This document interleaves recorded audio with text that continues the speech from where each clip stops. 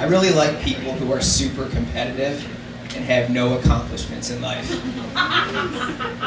Isn't that a fascinating combo in a person? You guys know people like this?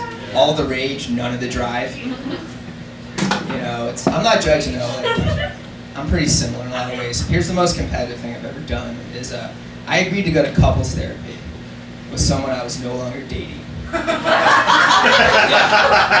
Yeah. We'd broken up 2 years before, hadn't spoken in over 2 years. I get a text one night out of the blue. She's like, hey, this is gonna sound crazy, just hear me out. She's like, my therapist wants me to take inventory of my past and thinks it'd be a great idea if you came in for a couple sessions.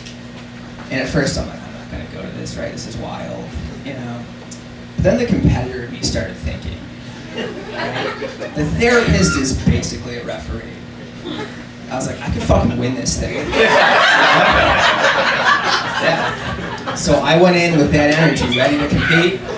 And I don't know if it's the way I was raised or family genetics, but I did really well at that.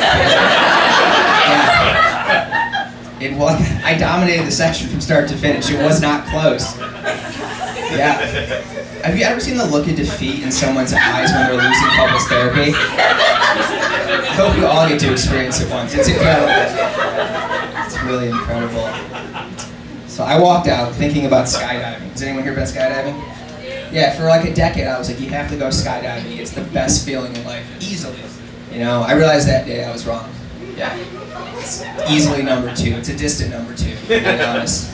Easily the best feeling is going to couples therapy with your ex. To see a therapist that they themselves handpicked.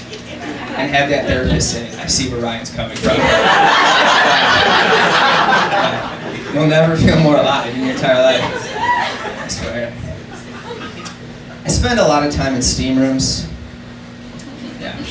It's not a flex, it's just who I am as a person. And have you ever been in there when it's just you and one other person? And they point at you like this and go, I like it.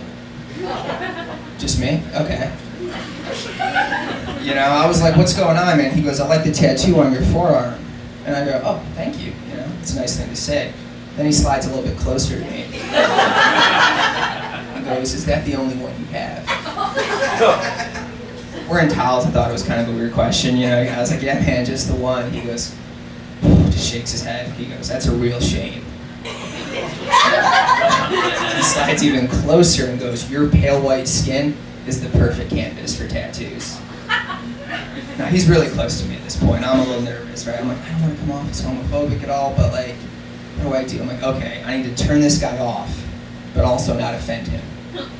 Right? Not the easiest landing mistake. Right? So I was like, quick Ryan thing, what's the most disgusting thing a human being can do to themselves? Right? And it just hit me. I was like, multi-level marketing. Easily the grossest thing in life. Easily. It is. So I slid closer to him.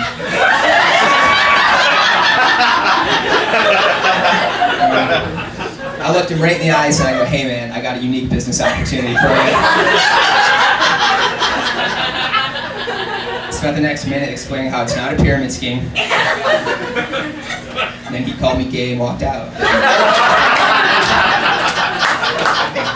Use that at the bar, ladies, if you need it. Does anyone know what their best quality is as a person? I think a lot of people don't actually think about it, but I figured out what mine was. I'm a really nice customer.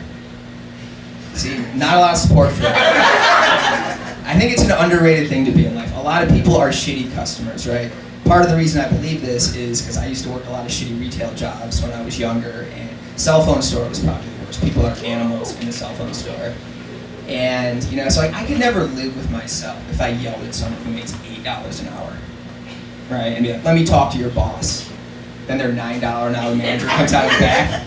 That's who it is, right? I think if you're really upset, you should be like, is there anyone here who makes $100,000 I can yell at right now? That's how you should do it, right?